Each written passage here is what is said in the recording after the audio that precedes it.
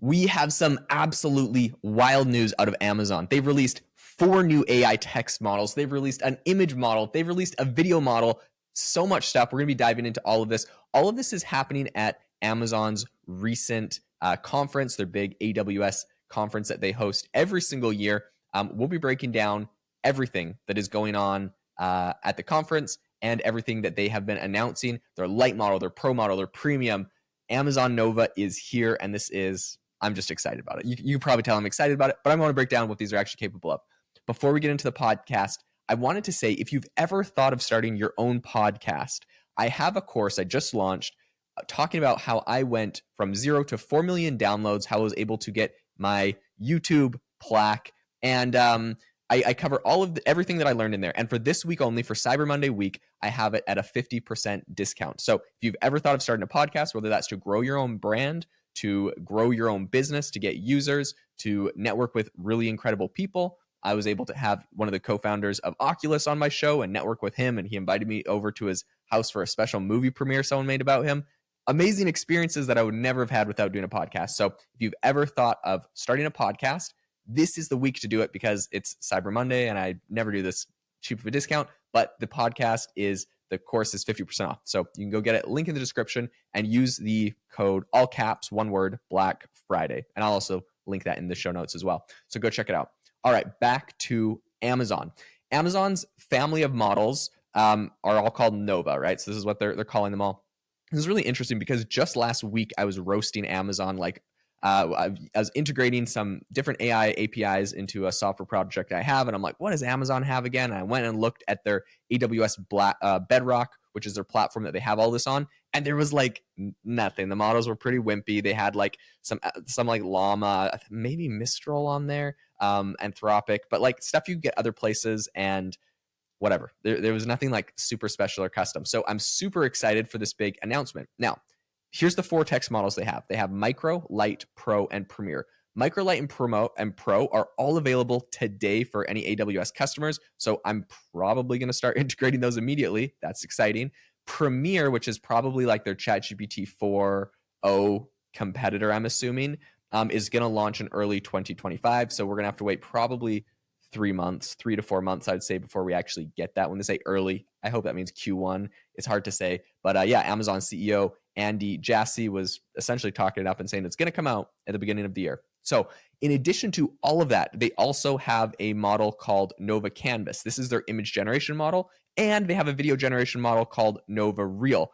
Both of those launched at AWS today. So this is actually really exciting and interesting. I'll be super curious because we have OpenAI that revealed, OpenAI's video generator Sora, way earlier in the year, and we have yet to see anything tangible that we could actually use, play with this thing. And so I would be blown away if you have a company like Amazon, who it seemed like was kind of behind in this game, jumping ahead and actually, putting out a video model before even OpenAI does, because OpenAI, I don't know, just took so long to test it or red team it or safety protocol it, like whatever they're doing to take forever to make this video generation thing come out. So that's really interesting to me.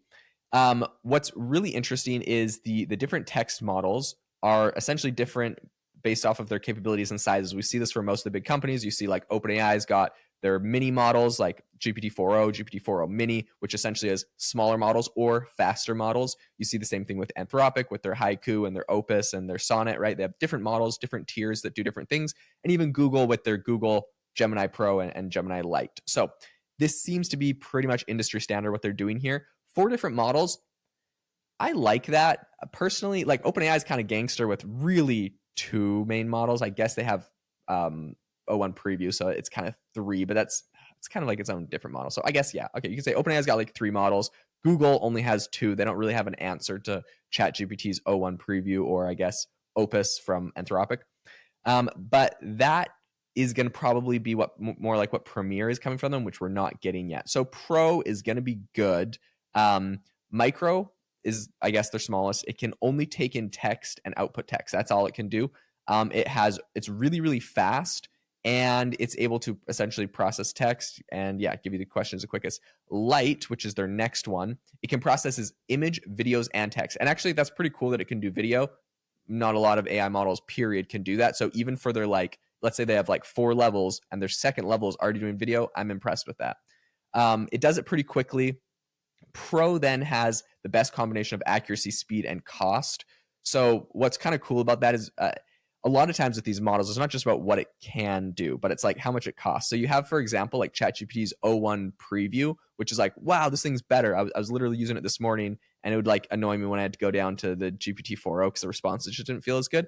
But what you have to know about o1 preview is like, while it probably feels like 20% better, maybe 25% better, it cost 5 times as much money. So if something costs you $1, it's going to cost you on GPT-4o, for example, which is great. It's going to cost you $6 on o1 preview. So it is a lot more expensive, and you really have to balance that cost. It looks like what AWS is doing with their Pro model here is balancing that.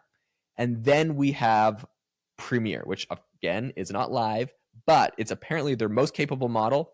It's designed for really complex workloads. I'm assuming if it's anything like they say, it's going to be like an o1 preview competitor, which would be phenomenal. If, this is their first time really putting out these models, so you also could imagine that it's going to be more like GPT-4o, which I think would already honestly be amazing. Now, the tricky bit is this all just got announced today, so we haven't seen all of these models run through the benchmarks, run through the testing. Amazon, of course, is going to talk up their own book and say, these are amazing, they're the best in the world, they're great. But until we actually see these models run through a benchmark testing against all of the other models, we're not really going to have an accurate assumption. So I'll definitely be making a follow-up video probably in the next week saying just how each of these stack up when you're comparing them on the benchmarks. So, but I mean, we got to break the news because this is really cool. All of these are available in AWS Bedrock right now, which is Amazon's AI development platform, where they can be fine-tuned and distilled for improved speed and lower cost, which is really, really cool because when you fine-tune a model, you definitely can save a ton of money. And yeah, that's fantastic. So this is what they said about it. The CEO said, we've optimized these models to work with proprietary systems and APIs. Okay, please, developers, let's hear it. Let's get a round of applause that this is an API, not just a random tool that consumers can use. And this is what AWS is all about, right? So that makes perfect sense. But APIs, so that you can do multiple orchestrated automatic steps, agent behavior much more easily with these models. So I think they're very compelling. I think what's impressive to me here is, of course, Amazon has the distribution of AWS. Everyone's sites and software are running on AWS. And so they have a ton of people there. If they can just make some good models that are already built in, that's really easy to integrate, I think Amazon's going to be a big winner. What I think is impressive here is right in that quote that I was giving you, he was talking about the fact that these are essentially, they say they're optimized to do multiple orchestrated automatic steps and agent behavior. So they're really focusing on the next wave of AI, which is agents. That is exciting to me. All right, let's get into what I know everybody is wondering about, which is the video and image models. This is cool stuff, right? So Canvas and Reels, this is them really getting into generative AI. Canvas essentially lets you generate and edit images using prompts. So you can imagine something like some of the Adobe products where it's not just like, hey, generate this thing. It's like, okay, now change this, change that. Like you're actually editing the image with a prompt, which is kind of cool. There's a bunch of different controls for the edited images. You have color schemes, you have layouts. So there's some cool stuff there. And I'm sure they'll be adding more in the future. Reel, which is their video one, is a little bit more ambitious of both of these, obviously, right? There's a tons of image models. We have very few actual video models, so it seems like they're doing something really impressive. This essentially creates videos that can be up to 6 seconds in length. So we're actually seeing longer videos from different models, but I mean, come on, they're beating OpenAI to this. I'm not going to give them any criticism on the 6 second length. They're doing this from a prompt. You can essentially adjust the camera motion to generate videos that pan. You can do a 360-degree rotation. You can do zoom. That is what's cool, is these models have to really understand physics to not just kind of like animate a picture and make it move, but you can actually do the camera motion effects. This is what makes these things really realistic. You tell it, okay, there's a woman walking along the beach with a red hat on. So sure, anyone could do that. But now it's like, and have the camera pan in, zoom, and follow her and move past her. Like those motions really make this thing, they're going to make video look incredible. So Reel is currently limited to the 6 seconds. Yeah, I know that's annoying. But they did say that a version that could generate 2-minute long videos is coming soon. So the fact that that's on their roadmap and they're already talking about this in the big launch announcement is very exciting for me. I think at the end of the day, you need those 2-minute clips to really make videos that are consistent and yeah, I don't know. So I think that's phenomenal. I'm really excited about that. Of course, CEO Jesse really wanted to point out that both Canvas and Reels have built-in controls for responsibility. He said they're trying to limit the generation of harmful content. All of that's great. I'd be also curious to see if they're going to run into the same problem that like Google ran into when they tried to make everybody in a Google generated image diverse, and then that led to them making black Nazis, which was very controversial for being historically inaccurate and all sorts of reasons people were offended. So I'd be curious to see what the issues they might run into there are. For vendors, I think a lot of them are really excited. So here's the big thing that a lot of people are concerned about. They're like, hey, like, what'd you train your data on, right? This is always the question with these AI and image models, AI or image and video models. And Amazon has been pretty tight-lipped about it. They haven't exactly said like what they use to train these models off of. And there's a couple reasons. Obviously, lawsuits, like if they went and just, let's say, grabbed a whole bunch of videos off of YouTube, they could get sued. So no one ever tells where they get their training data from. One thing that I will say that could be interesting about Amazon is, they said essentially that they used it from proprietary and licensed data sets. So, their own, and they went and got licenses. They didn't really elaborate. And like, you kind of have to take their word for it because it's hard to actually know. And it's a pretty tight-lipped secret. So the thing that you also have to think about, though, is that Amazon, for the last 2 years, has been doing something very, very interesting. The first one is they have a program called the Amazon Influencer Program. I've talked about this before on my podcast, AI Hustle, because my wife joined this program like a year ago, and they had this big incentive program. And essentially, you're just making videos. Like, you just take out your phone and you just make a little video of some sort of object in your house, right? So if you have like some sort of houseplant, you take a video and you're like, I love this houseplant. It looks super realistic. It's super cute. It looks great for decor. And you kind of show it in your house. It's 10 to 30 seconds to 2-minute kind of videos. They're pretty short, right?